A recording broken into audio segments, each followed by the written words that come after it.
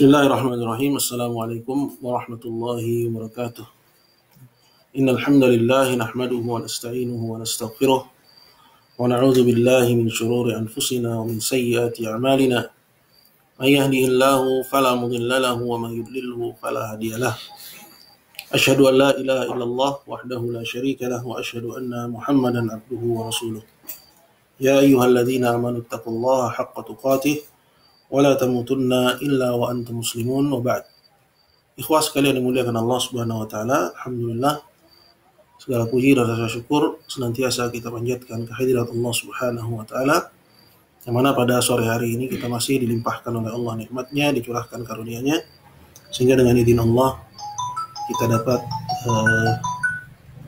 berkumpul kembali dalam kesempatan yang bahagia ini, insyaallah melanjutkan kajian dari pembahasan kitab Kashfus Syubuhat, yaitu kitab yang menyingkap keracuan argumentasi musyrikin dan para pembelanya. Sedikit saya kembali ingatkan bahwa kitab Kashfus Syubuhat ini itu ditulis oleh Syekh Muhammad bin Abdul Wahhab rahimahullah ta'ala, yaitu seorang alim yang hidup pada abad ke-12 Hijriyah. Dan syubhat-syubhat yang beliau bawakan itu adalah syubhat-syubhat yang diutarakan oleh musuh-musuh dakwah, yang beliau bahasakan dengan istilah ulama musyrikin. Dan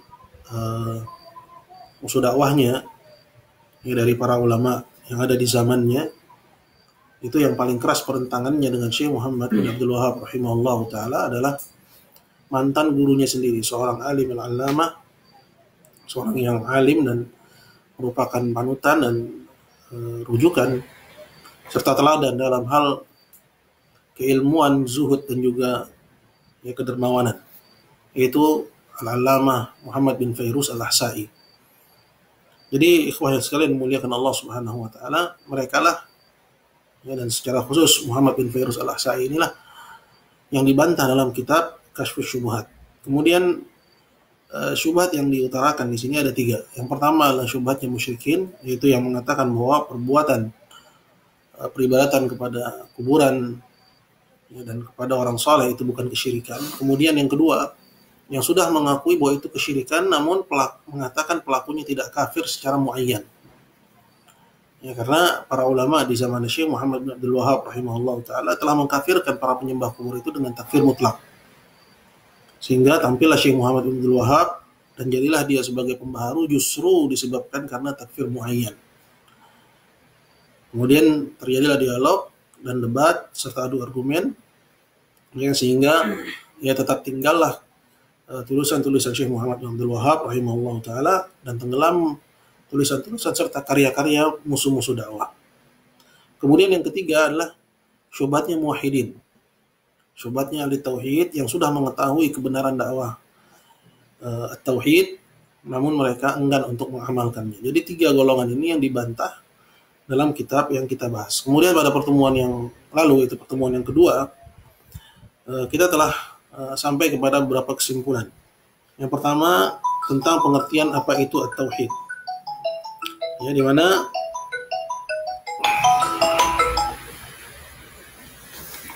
coba nih dijawab dulu sini. Coba telepon dulu, bilang lagi kajian.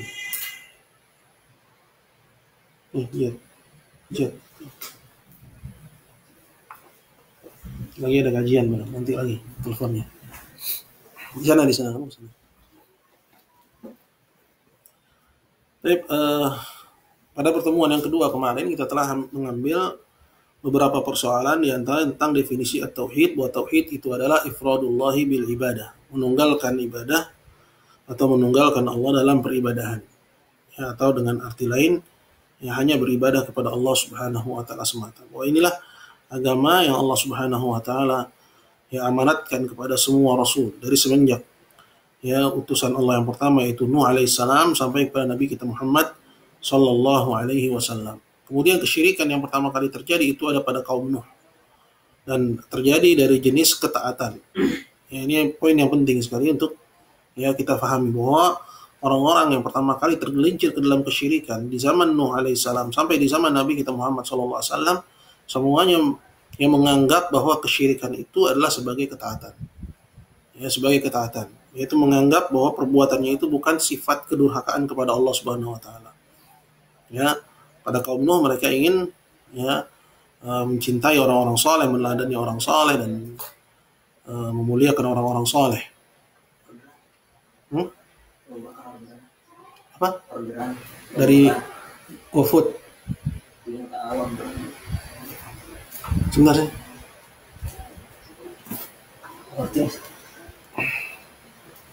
Halo? Iya, Pak. Buat kapan, Pak? Buat kapan? Oh, Gojek. Gojek. Ya deh. Bapak tahu lokasinya nggak? Oh, gitu.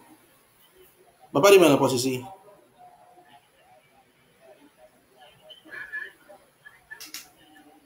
Jalan Nanggrang, Pak. Jalan Nanggrang di pesantren Sahabat Teladan. Ya udah masuk, Pak.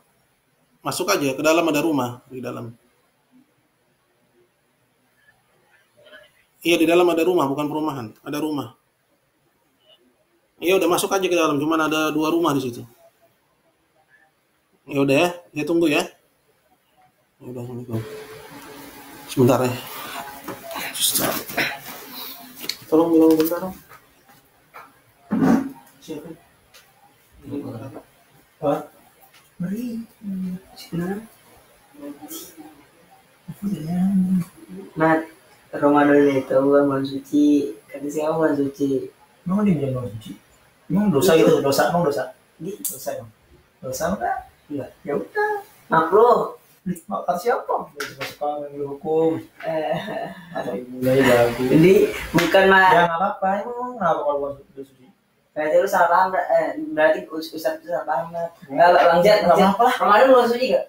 Ya bukan salah yang dibatkan ya. Gak apa ya, bulan suci juga awal. Sebutan doang lah, karena seluruh orang Islam tuh Aduh, ngeri. bersihkan diri dari dosa. Tapi kata Ustaz Dedi, apa namanya? Bukan bulan suci, bocah. Bulan suci emang. Diam dulu, gue langsung ngomong anjir. Ini kata Ustaz Dedi. Sia. Diam aja dah. Emang harus dibatin gitu. Mau martabak apaan? Keju. Apaan tak? Keju coklat keju. Tahu. Coklat keju. Cik. Nanya lucu ini.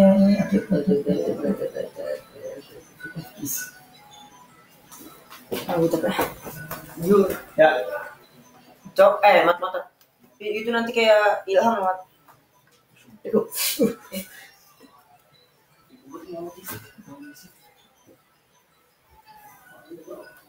Sepuluh orang, Pak. 10 orang.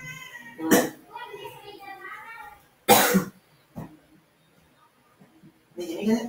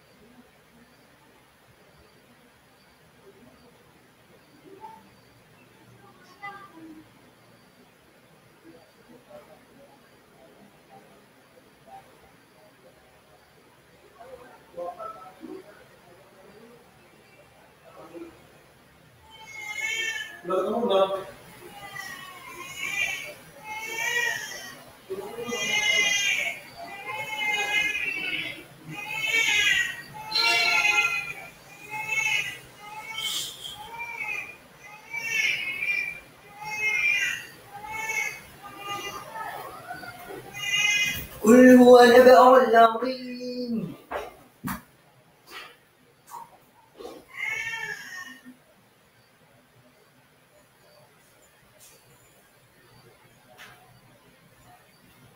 Udah ya, untuk padahal selesai dari ini mah. Tuh kalau nunggu Ya kerjain aja. Ayo, ayo, ayo. Lihat. Baik, afwan ya. Kita lanjutkan. Jadi pertemuan kemarin kita telah membahas tentang definisi tauhid, kemudian bahwa kesyirikan yang pertama kali terjadi itu ada pada zamannya Nabi Allah Nuh alaihissalam. Dan bahwasanya kesyirikan itu terjadi dari jenis ketaatan, dari jenis ketaatan bahwa mereka berlebihan dalam mencintai orang-orang soleh. Begitu juga yang terjadi pada zaman Nabi kita Muhammad SAW, bahwa mereka melakukan kesyirikan itu disebabkan karena ingin mendekatkan diri kepada Allah Subhanahu wa taala. Kemudian berhala yang ada pada kaum Nuh itu ternyata ya muncul kembali di zaman Nabi kita Muhammad SAW. Ya, seperti yang dinukil oleh Ibnu Katsir, ya. Kemudian utusan Allah yang terakhir adalah Nabi Muhammad SAW, dan beliaulah yang menghancurkan berhala-berhala orang soleh tersebut.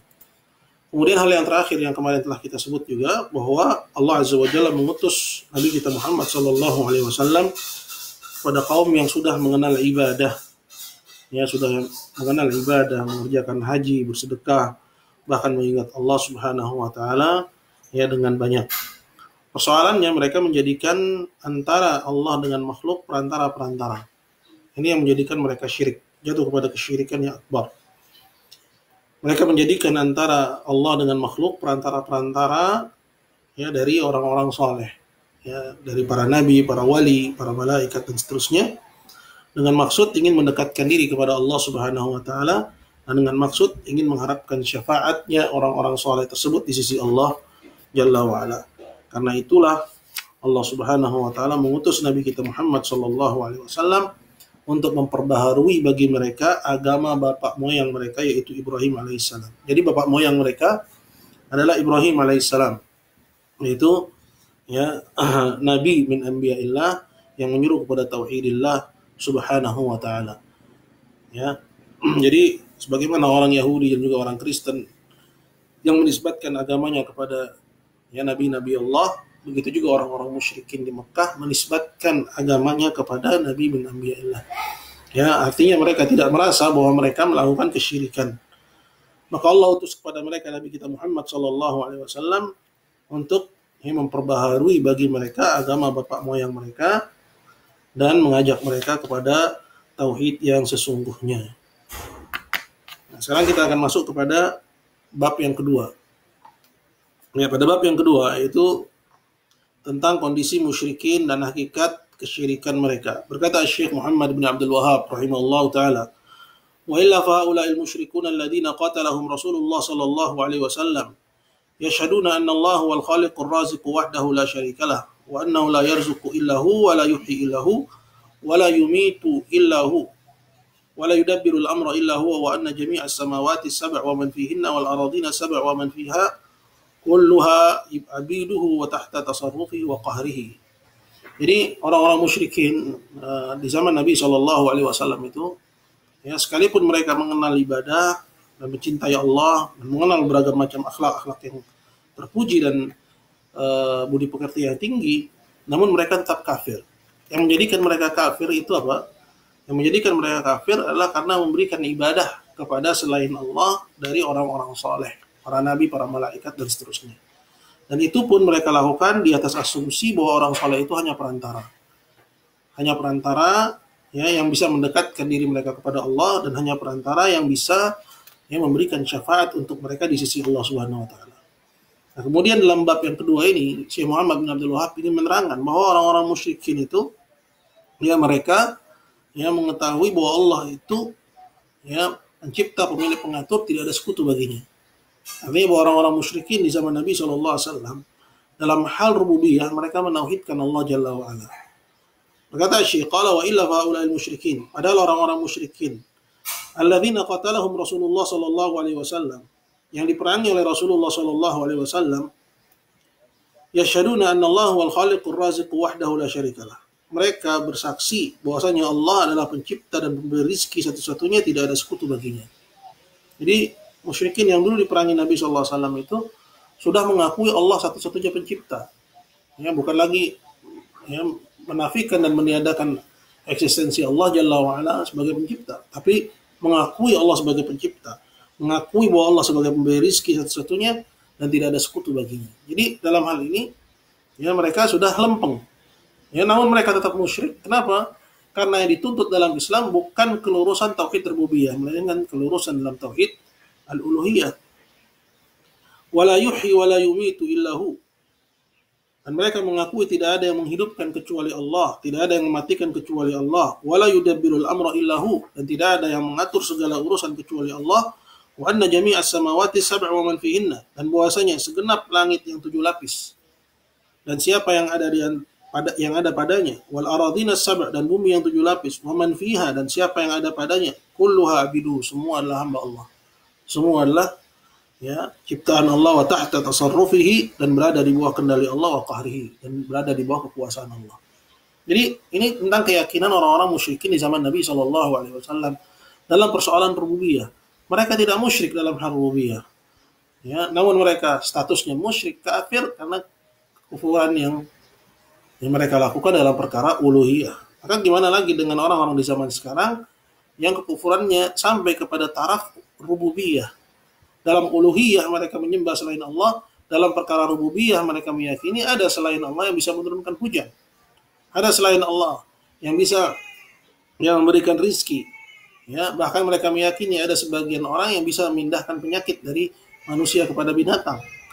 Ya, dan seterusnya. Yang mana ini semua adalah kesyirikan dalam persoalan ya rububiyah, di mana orang musyrikin di zaman Nabi SAW tidak sampai taraf kesyirikannya itu kepada ya kondisi seperti itu.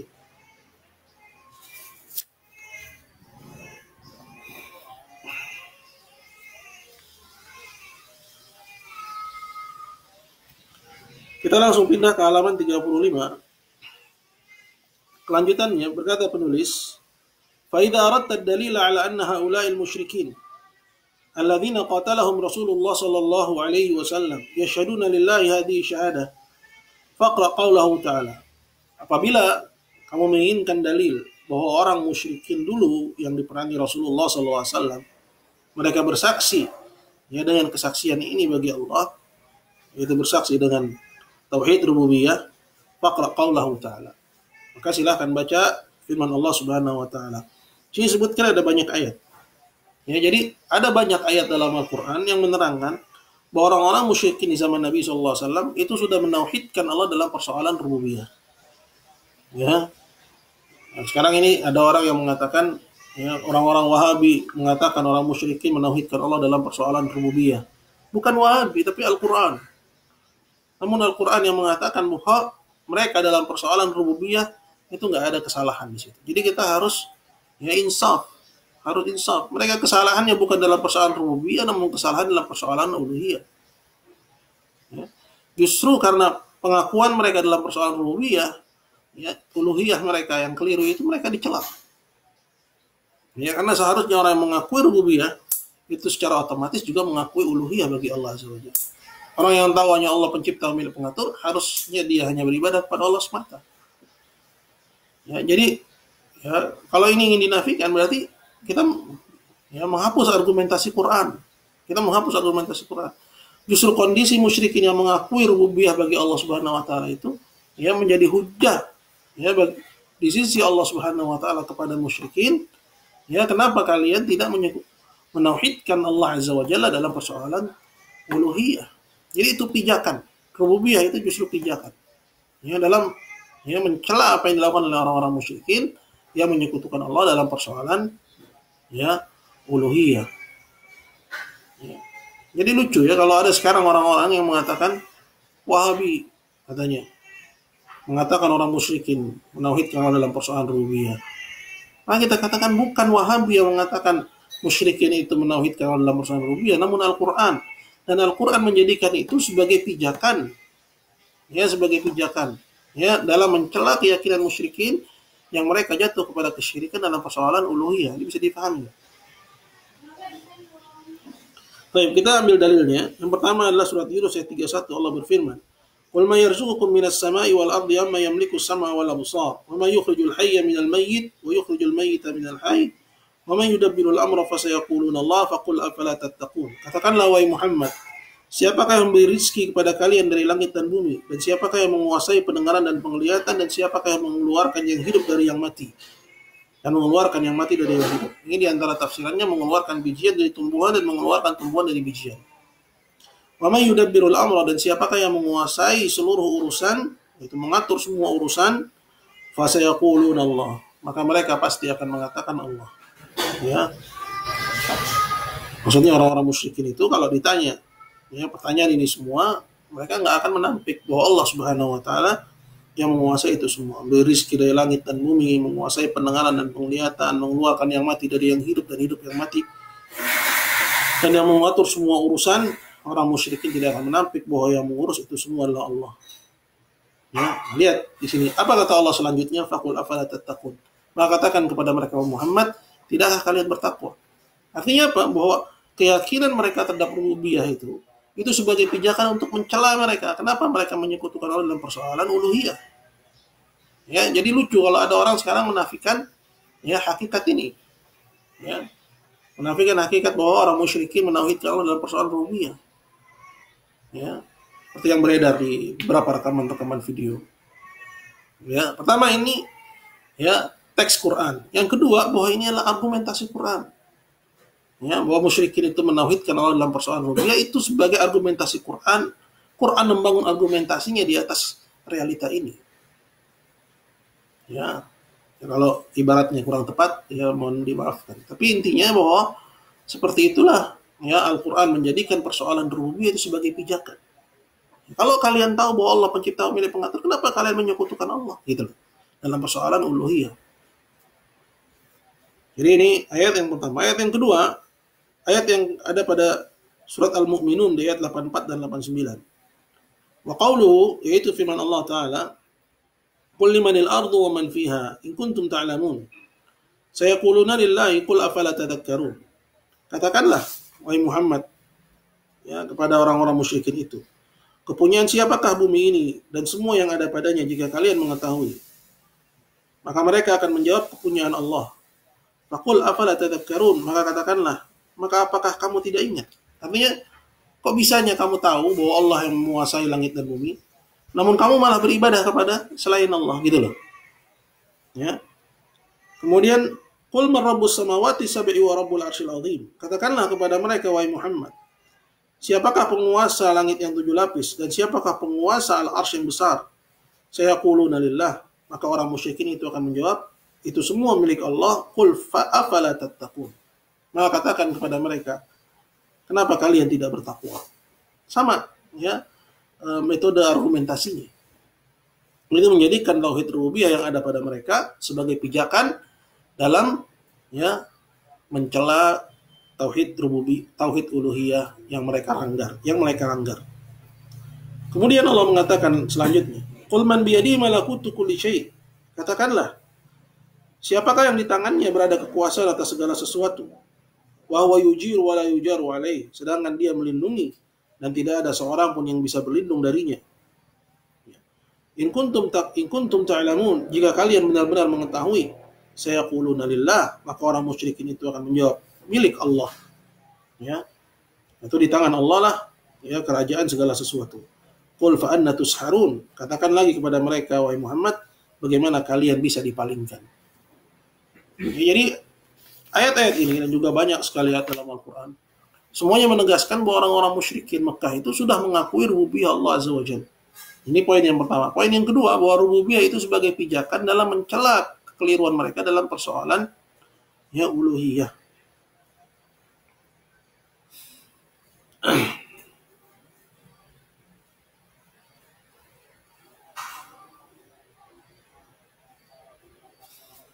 Kemudian berkata Syekh di halaman yang ke-37, "Idza tahaqqaqta annahum muqirruna bihadza wa lam yudkhilhum fit tauhid alladhi da'at ilayhi ar-rusul wa da'ahum ilayhi Rasulullah sallallahu alaihi wasallam. Wa 'arafta anna at-tauhid alladhi jahaduhu wa tauhid al-ibadah alladhi yusammi al-musyrikuna fi zamanina al-i'tiqad." Maka apabila telah jelas bagimu bahwa mereka mengakui hal ini. Jadi sudah jelas oleh kita dari dalil Quran, ya, dari argumentasi Quran, ya, ada 2 ayat dan banyak lagi ayat yang disebutkan orang musyrikin dahulu mengakui rububiyah Allah Azza wa Jalla. Allah pencipta, pemilik, pengatur ya alam semesta ini dan segala isinya. Apabila telah jelas bagimu bahwa mereka mengakui hal ini, tetapi belum masukkan mereka kepada tauhid yang diserukan oleh para rasul dan diserukan oleh Rasulullah sallallahu alaihi wasallam. Jadi pengetahuan mereka tentang rububiyah itu nggak cukup untuk menjadikan mereka muslim. Jadi kalau ada seorang misalnya mengatakan saya muslim, kemudian dia mengatakan apa artinya saya mengakui Allah pencipta, milik, pengatur. Dia sebenarnya belum masuk Islam. Ya. Kenapa? Karena dia nggak paham hakikat dari makna la ilaha illallah. Ya. Kalau kita nggak tahu kufurannya alal asal, ya hukum asalnya muslim. Tapi kalau dia ungkapkan, ya maka kita nasihatin dia, kita kasih tahu bukan itu yang dimaksud dengan Islam. Islam itu mengakui Allah satu-satunya sebagai yang berhak diibadahi dan tidak boleh beribadah kepada siapapun dan apapun selain Allah Subhanahu wa taala. Jadi begitu. Ya. Jadi orang yang hanya mendatangkan tauhid rububiyah dan belum mendatangkan tauhid uluhiyah, pada hakikatnya ya sekalipun dia mengucapkan la ilaha illallah, pada hakikatnya dia itu belum masuk ke dalam Islam. Dia belum masuk ke dalam Islam. Ya, sekalipun kita katakan dia muslim, ya kalau dia tidak menampakkan kekufurannya ini dan ketidakpahamannya dia ini terhadap kalimat la ilaha illallah. Artinya kita tidak tahu kecuali yang tampak. Yang tampak adalah Islam, kita hukumi dia Islam. Tapi kalau dia datang menemui Allah Subhanahu wa taala dengan keyakinan yang salah tentang makna la ilaha illallah, hakikat dia di sisi Allah Subhanahu wa taala itu belum sampai kepada keislaman. Ya, karena Islam itu ya seperti yang kita ketahui bahwa iman itu qaulun wa amal, ucapan dan perbuatan, qaulul qalbi wal lisan, ucapan hati dan lisan, dan juga amalan hati, lisan dan anggota badan. Ya, atau dalam definisi lain bahwa iman itu adalah ya qaulun bil lisan wa i'tiqadun bil janan, ucapan dengan lisan dan keyakinan dengan hati. Apa yang diucapkan dari la ilaha illallah dia harus paham. Harus paham makna la ilaha illallah. Ya. Maka orang yang mengucapkannya dan dia tidak paham, ya, di dunia dia kita anggap muslim kalau dia tidak menampakkan kufuran, tapi di sisi Allah Azza wa Jalla laisa bimuslim. Kalau dia enggak paham. Allah berfirman illa man syahida bil haqqi wa hum ya'lamun. Hanya orang yang persaksikan kebenaran dan dia paham dan dia tahu. Ya. Jadi ini biar semuanya searah, ya, tidak bertabrakan. Jangan kita katakan bahwa syarat la ilaha illallah adalah ilmu. Ya, tahu, paham. Ya, kemudian ada orang nggak paham kita katakan dia muslim. Ya, nggak bisa seperti itu. Ya, walaupun secara zahir kalau kita nggak tahu dia melakukan kufuran, kita anggap dia sebagai muslim. Tapi kalau dia menampakkan ya pemahamannya yang keliru, seperti misalnya dia tulis atau dia utarakan dengan lisannya, oh makna la ilaha illallah itu tidak ada pencipta, pemilik, pengatur kecuali Allah. Dia belum keluar dari akidahnya Abu Jahal. Ya, dia belum mendatangkan akidah ya yang lebih dari akidah yang dulu diutarakan oleh Abu Jahal. Karena Abu Jahal dulu ya memahami bahwa Allah itu pencipta, pemilik, pengatur. Ya, dan tidak mengakui Allah sebagai satu-satunya yang diibadahi. Bahkan ketika Nabi SAW ya mengatakan qulu la ilaha illallah tuflihu, kata ucapkanlah oleh kalian la ilaha illallah, kalian akan menang. Mereka menampik dengan mengatakan aj'alal alihata ilahan wahidan inna hadza syai'un ujab. Apakah Muhammad menjadikan sesembahan itu cuma satu? Sesungguhnya ini adalah perkara yang ajaib. Karena mereka mengakui sesembahan itu banyak. Tapi pencipta, pemilik, pengatur satu, tapi sesembahan itu banyak. Allah disembah. Selain Allah juga disembah sebagai perantara. Ya, yang memperantarai antara mereka dengan Allah. Cuman sebagai perantara mereka jadi kafir. Hanya menjadikan orang soleh sebagai perantara, mereka menjadi kafir. Bagaimana lagi dengan orang-orang sekarang yang mintanya langsung kepada Nyi Roro Kidul, mintanya langsung kepada Semar, minta langsung kepada benda-benda yang dipusakakan, kepada jin, kepada demit, dan seterusnya. Kepada arwah-arwah leluhur dan lain sebagainya. Ya, jadi demi Allah kita harus konsisten dengan perkara tauhid ini. Ya, betul-betul memahaminya dan betul-betul mempraktekkannya. Adapun kondisi kita menampakkannya itu hal lain. Itu hal lain. Dalam kondisi kita mampu menampakkan, tampakkan. Apabila kita tidak mampu, maka ya ada ya konsekuensi lain. Ya, ada konsekuensi lain ketika kita tidak mampu untuk menampakkan tauhid kita ini. Ya. Jadi ikhwas fillah Allah Subhanahu wa taala. Di sini penulis mengatakan, apabila telah jelas bagimu bahwasanya mereka telah mengakui hal ini, itu mengakui rububiyah Allah, tapi tidak memasukkan mereka ke dalam tauhid yang diseru oleh para rasul dan diseru oleh Nabi Muhammad sallallahu alaihi wasallam. Wa arafta anna tauhid alladhi jahaduh, dan kalian pun tahu bahwa tauhid yang mereka ingkari itu huwa tauhidul ibadah, adalah tauhid ibadah, tauhid uluhiyah. alladzi yusammihil musyrikuna fi zamanina al-i'tiqad, yang dinamakan oleh orang-orang musyrikin di zaman kami, maksudnya di zaman Syekh Muhammad bin Abdul Wahab, dengan sebutan al-i'tiqad. Apa maksudnya? Ya, dijelaskan oleh ya Syekh Hamad bin Abdullah Al-Hamad ya dalam syarah ya Kasyfus Syubuhat beliau ya cetakan kedua tahun 2001, Maktab Al-Furqan halaman 8. Beliau mengatakan orang-orang musyrikin menamakan peribadatan mereka kepada orang-orang saleh dengan sebutan i'tiqad. Ya, sebagaimana sekarang ini peribadatan kepada kuburan, kepada makam wali, itu ya mereka sebut sebagai ya tawassul. Yang mereka anggap itu sebagai suatu hal yang syar'i yang diperintahkan. Ya, mereka sebut dengan tawassulan. Ya, mereka sebut dengan ya talabus syafaat, ya mencari syafaatnya orang soleh, atau mereka bahasakan dengan ngalap berkah, dan mereka posisikan bahwa itulah akidah yang paling utama yang mereka pegang. Karena itu kalau ada orang mengingkari ini, mereka akan jadikan orang yang mengingkari itu sebagai musuh utamanya dia. Ya, lihat bagaimana mereka menuduh orang-orang yang mengkritik praktek-praktek ibadah tersebut sebagai orang Wahabi. Ya, yang nista, yang jelek, yang ya buruk di mata mereka. Ya. Kata Syekh Hamad bin Abdullah Al-Hamad, beliau berkata, orang-orang musyrikin menamakan peribadatan mereka kepada orang-orang saleh dengan sebutan i'tiqad. Ya, ini disebut juga oleh Syekh Muhammad bin Abdul Wahab dalam Al-Usul Sittah. Ya, bagaimana orang-orang musyrikin yang menganggap kesyirikan mereka itu ya sebagai ibadah yang paling utama. Ya, syaitan ya memalingkan ya itu mengelabui mereka ya sehingga mereka menganggap ya bahwa tauhid yang disuruh oleh para nabi ya itu dalam bentuk ya memusuhi orang-orang soleh, sedangkan kesyirikan itu adalah mencintai orang-orang soleh. Artinya orang yang melakukan ibadah ke kuburan, dialah orang yang cinta kepada orang soleh, sedangkan yang melarangnya dialah ya orang-orang yang memusuhi orang-orang soleh. Artinya ya orang-orang musyrikin dari zaman Syekh Muhammad bin Abdul Wahab sampai zaman sekarang ya menjadikan ibadah ya mereka di kuburan itu sebagai agama mereka yang raqam wahid, yang nomor satu, sebagai kabirul i'tiqad, i'tiqad yang paling besar, ya agama yang paling mulia, agama yang paling tinggi.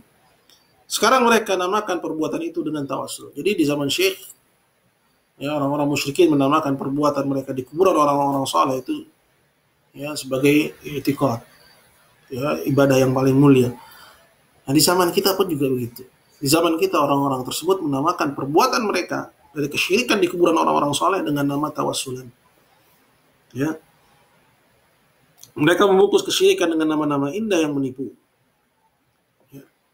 Oke.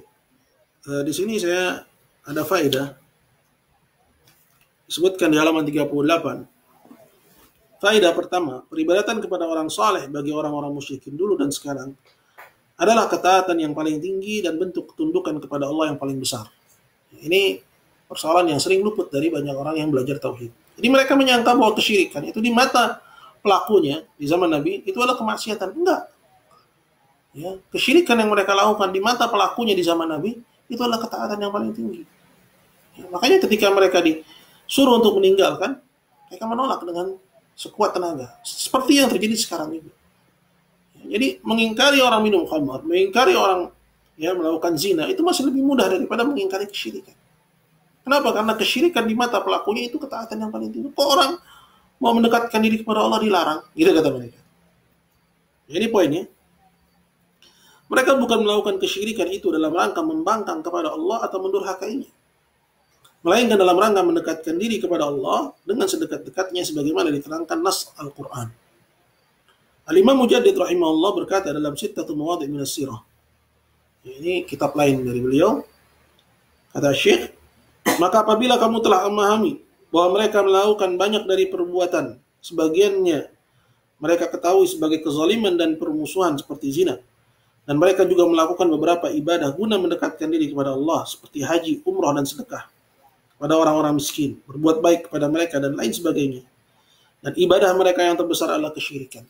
Jadi orang-orang musyrikin di zaman Nabi SAW itu ada kezaliman-kezaliman yang mereka perbuat, Di samping kezaliman juga ada ketaatan-ketaatan yang mereka lakukan. Sama seperti banyak orang zaman sekarang. Ya, ada ketaatan dan juga ada kezaliman yang mereka buat. Cuman ketaatan mereka yang paling tinggi itu adalah kesyirikan.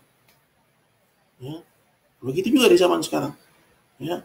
Bahwa ketaatan bagi mereka yang paling tinggi itu adalah kesyirikan kepada Allah Azza wa Jalla. Dan ibadah mereka yang terbesar adalah kesyirikan. Kesyirikan inilah ibadah terbesar yang dengannya mereka mendekatkan diri kepada Allah, sebagaimana yang Allah ceritakan bahwa mereka berkata, "Ma na'buduhum illa liyuqarribuna ila Allahi zulfa." Kami tidak beribadah kepada mereka melainkan agar mereka mendekatkan diri kami kepada Allah dengan sedekat-dekatnya. Jadi, perhatikan ayat ini, ya, tanpa oleh kita, ya, rahasia yang selama ini mungkin tersembunyi. Ya, kecuali bagi mereka yang benar-benar memahami dan memperhatikan nas-nas Quran, khususnya tentang persoalan tauhid. Ya, banyak orang sekarang ini menyangka bahwa orang musyrikin saat melakukan kesyirikannya itu mereka dalam, ya, konteks mendurhakai Allah. Tidak, di mata mereka kesyirikan yang mereka lakukan itu justru ketaatan. Justru ketaatan. Ya, dalilnya tadi surat Az-Zumar ayat 3 dan juga ucapan mereka dalam surat Yunus ayat 18, haula'i syufa'una indallah. Jadi ketika mereka lakukan kesyirikan, memberikan ibadah kepada selain Allah, ya, mereka enggak merasa bahwa mereka melakukan kemungkaran. Mereka enggak merasa bahwa mereka melakukan kedurhakaan. Bahkan mereka, ya, kata mereka bahwa sesembahan-sesembahan ini adalah para pemberi syafaat bagi kami di sisi Allah. Jadi goalnya musyrikin itu Allah. Pengen mendapat keridhaan Allah, pengen menaati Allah, pengen, ya, menjadi hamba yang dicintai oleh Allah, tapi lihat karena salah jalan justru yang mereka dapati apa? Ya, kesyirikan, kekufuran dan kemurkaan dari Allah Azza wa Jalla. Jadi hari dimuliakan Allah. Perhatikan ini, kalau kita sinkronkan ya data-data yang telah kita ambil kemarin. Ya, bagaimana orang musyrikin itu? Ya, adalah musyrikin Mekah maksudnya, ya. Mereka menisbatkan agamanya kepada Ismail bin Ibrahim, bahwa moyangnya adalah Ismail bin Ibrahim. Ya. Artinya mereka merasa sebagai ahli tauhid. Ya, kemudian mereka, ya, melakukan perbuatan kesyirikan dengan asumsi mereka sedang mengerjakan ketaatan, tapi kenyataannya mereka justru jatuh kepada jurang yang paling dalam, yaitu kesyirikan kepada Allah Azza wa Jalla. Bukankah yang demikian ini yang melahirkan kekhawatiran dalam diri kita? Kalau mereka saja bisa terjatuh kepada, ya, kesyirikan, maka apa kita merasa aman? Nasallallahu alaihi wasallam. Ini faedah yang pertama. Faedah yang kedua, fakta ini membongkar kekeliruan paradigma kebanyakan orang yang menyangka bahwa selagi seorang beribadah kepada Allah, maka dia tidak musyrik atau kafir. Ya, ini, ya, keyakinan yang dianut oleh para penyembah kubur, orang-orang musyrikun yang mengaku muslim, begitu juga para pembela musyrikin. Ya, menyangka bahwa selagi orang itu, ya, ada padanya peribadatan kepada Allah, enggak musyrik. Ya, padahal orang-orang musyrikin di zaman Nabi musyrik, sekalipun mereka melakukan ibadah-ibadah kepada Allah Azza wa Jalla. Mendekatkan diri kepada Allah, mencintai Allah, ingin menjadi hamba yang dimuliakan oleh Allah. Ya, memiliki kedudukan yang tinggi di sisi Allah. Ya. Mengerjakan yang diperintahkan, meninggalkan yang diharamkan karena mengharap cinta Allah dan takut dari murka Allah Azza wa Jalla. Namun mereka musyrik. Nasallallahu alaihi wasallam. Disebabkan karena kesalahan dalam, ya, persoalan ini. Mereka beribadah kepada selain Allah, itu pun dalam asumsi cuma sebagai perantara. Ya, bahwa selain Allah itu hanya sebagai perantara. Faedah yang kedua, fakta ini membongkar kekeliruan paradigma kebanyakan orang yang menyangka bahwa selagi seorang beribadah kepada Allah, maka dia tidak musyrik atau kafir. Al-Imam Mujaddid Syekh Muhammad bin Abdul Wahab rahimahullah menerangkan dalam suratnya kepada Abdurrahman bin Rabi'ah, seorang pemuka ahli Thadiq yang terhimpun dalam kitab Rasail Syakhsiyah. Jadi surat ini ada dalam Rasail Syakhsiyah Syekh Muhammad bin Abdul Wahab pada halaman 166. Surat yang ditujukan kepada Abdurrahman bin Rabi'ah, pemuka ahli Thadiq. Kata Syekh Muhammad bin Abdul Wahab kepada Abdurrahman bin Rabi'ah, barang siapa beribadah kepada Allah siang dan malam, kemudian dia menyeru nabi atau wali di kuburannya, maka dia telah mengambil dua ilah dan belum bersaksi dengan la ilaha illallah. Ya, ini yang kemarin saya sebut. Ya, man abadallah lailan wa naharan, thumma da'an nabi aw wali, ya, inda qabrihi, ya, faqad ittaqada ilahain itsnain wa lam yashhad bila ilaha illallah. Siang malam dia beribadah kepada Allah. Ya. Kemudian di satu waktu dia menyeru nabi juga atau wali di sisi kuburannya. Ya, pada hakikatnya dia telah mengambil dua ilah.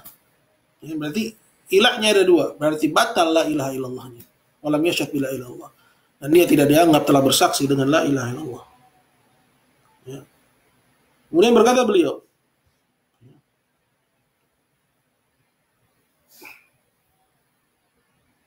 karena ilah artinya yang diseru, persis seperti yang dilakukan para musyrikin sekarang di kuburan Zubair. Lihat Syekh Muhammad bin Wahab menyebut ya mereka sebagai musyrikin, persis seperti yang dilakukan para musyrikin sekarang di kuburan Zubair. Abdul Qadir, lihat ya para musyrikin di kuburannya Abdul Qadir. Ya, bandingkan dengan ucapan Syekh Muhammad bin Wahab yang digunakan oleh musuh-musuh dakwah ya sebagai alasan dalam membantah dakwah kita. Ya. Itu yang ada pada risalah Syekh Muhammad bin Wahab pada Ahlul Qasim. Ya, di mana Syekh Muhammad mengatakan wa in kunna la nukaffiru man abada sanam alladhi ala qabri Abdul Qadir li ajli jahlim wa adami man yunabbihum, walaupun kami tidak mengkafirkan orang yang beribadah kepada kuburan Abdul Qadir ya pada berhala yang ada di atas kuburan Abdul Qadir disebabkan karena kejahilan dan disebabkan karena ya tidak ada yang memperingatkan mereka. Teks ini dijadikan ya pegangan oleh orang-orang Murji'ah kontemporer untuk mengatakan bahwa penyembah kubur yang jahil itu nggak kafir. Ya. Padahal teks itu bukan teks yang muhkam. Ya.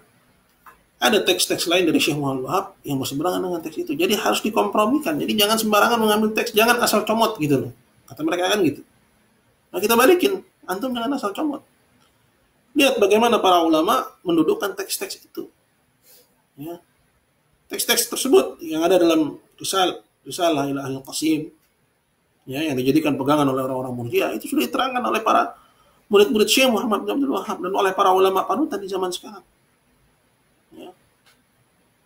Nah, sedangkan di sini Syekh Muhammad mengatakan ya bahwa mereka musyrikun.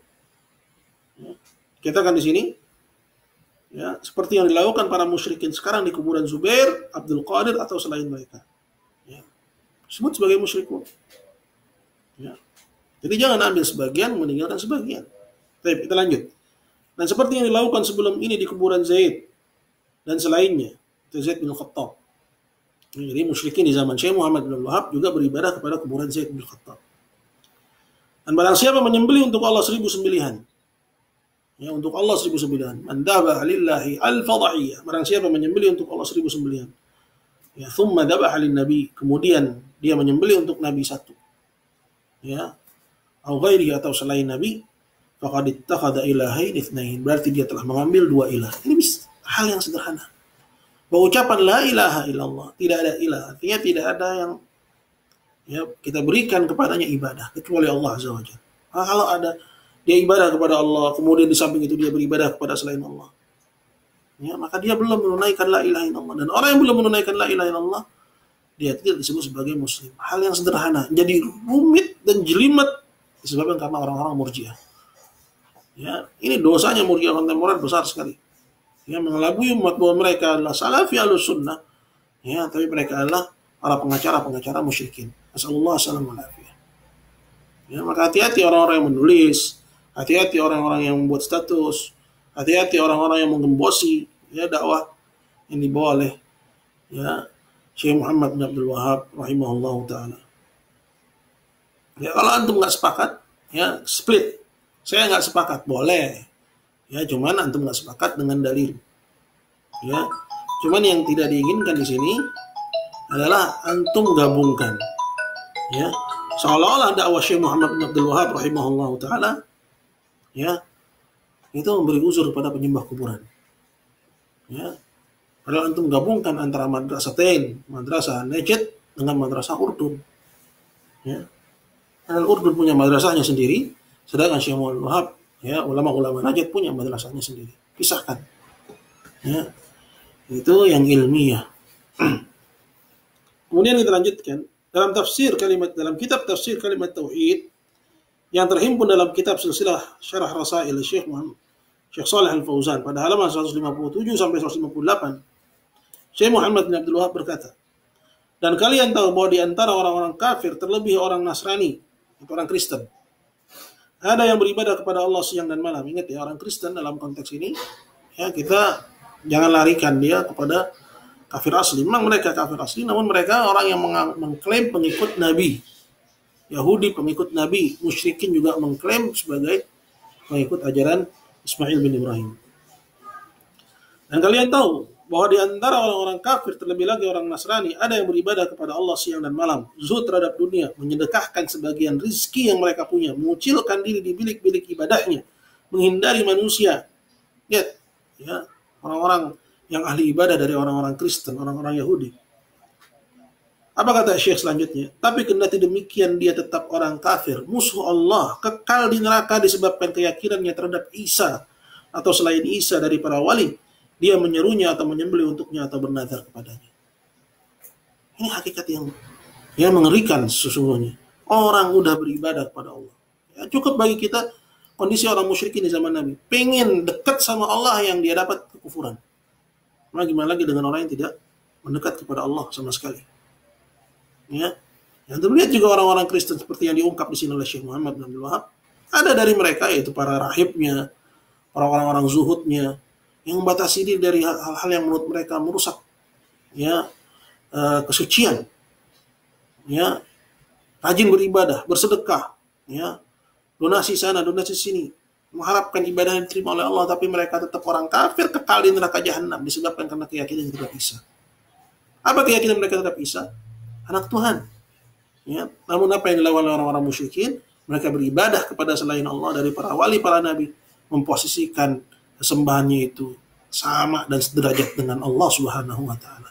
Ini takrir dari Syekh Muhammad bin Abdul Wahab ya tentang orang-orang yang beribadah kepada selain Allah. Jadi ya, hal ini harus betul-betul kita pahami. Jadi banyaknya orang yang membantah dakwah ini karena mereka tidak terdidik di atas risalah-risalahnya Syekh Muhammad bin Abdul Wahab.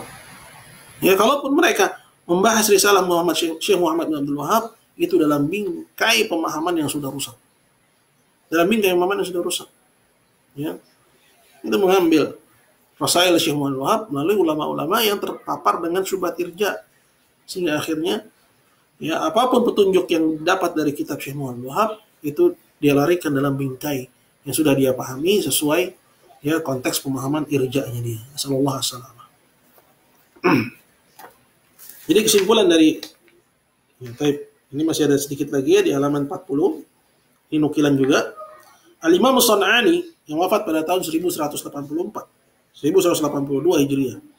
Ya, ini sezaman dengan Syekh Muhammad bin Abdul Wahab. Beliau berkata, ya,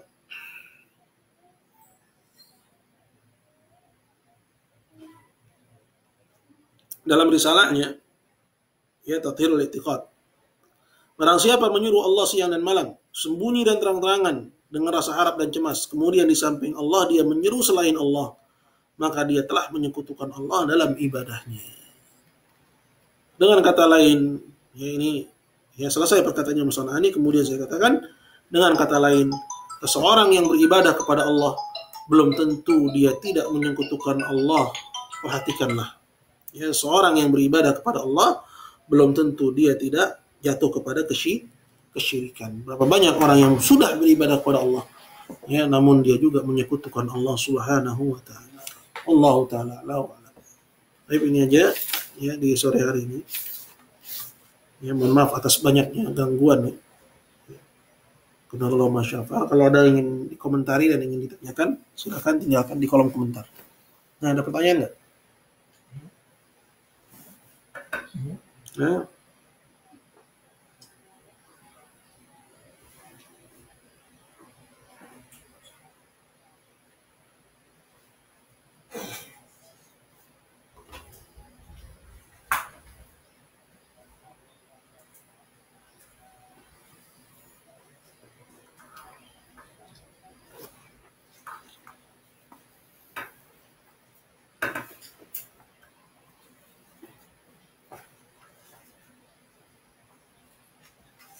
Wa'iyyakum barakallahu fiik.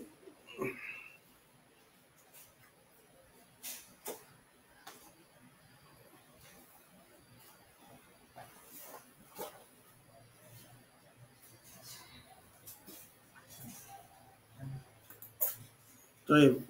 Sampai batasan mana ini disebut kesyirikan dalam memahami ayat ittakhadhu ahbarahum wa ruhbanahum arbaba min dunillah. Karena ada banyak kelompok sempalan yang gulu terhadap pemimpin atau ulama su mereka, sehingga mereka ya taklid buta, padahal ulama mereka terkadang menyelewengkan pemahaman ayat-ayat Allah untuk kepentingan dunia mereka. Artinya selama mereka gulu dan taklid kepada ulama su mereka, berarti mereka bisa dikatakan jatuh dalam syirik asghar. Kalau kita lihat ayat ini, takhadu ahbarahum wa ruhbanahum arbabam min dunillah, ya, ini masuk ke dalam kategori syirik akbar. Ya, syirik akbar, ya, karena ayat ini dijelaskan oleh Nabi SAW, ya, dalam hadis, ya, tentang kisahnya Adi bin Hatim, yang mana dia ini sebelumnya adalah seorang Kristen. Ya, Nabi membaca ayat ini. Kemudian Adi mengatakan, ya, kami tidak beribadah kepada ulama kami. Kemudian Nabi berkata kepada Adi, bukankah kalau ulama kalian menghalalkan yang Allah haramkan, kalian ikut menghalalkan? Ya, dan mengharamkan yang Allah halalkan, kalian ikut mengharamkan?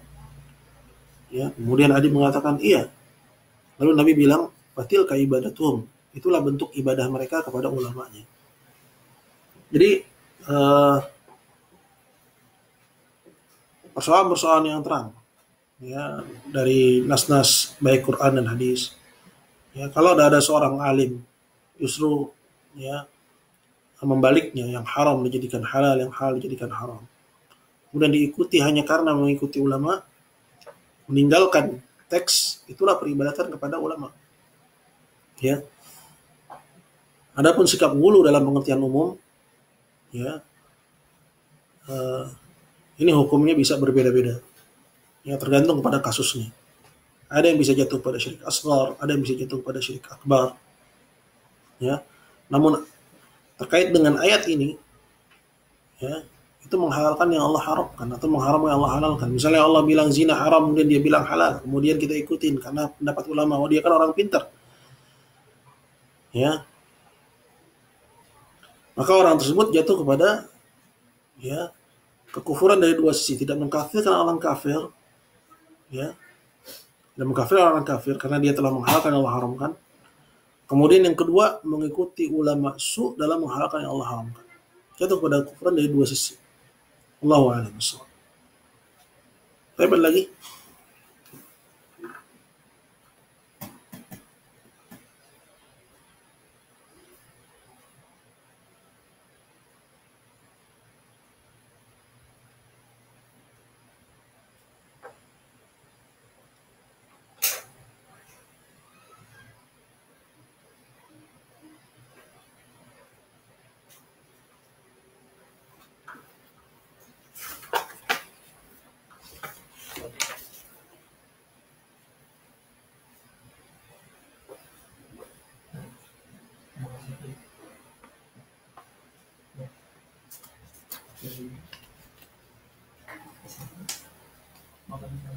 Kalau nggak ada, kita cukupkan insyaallah.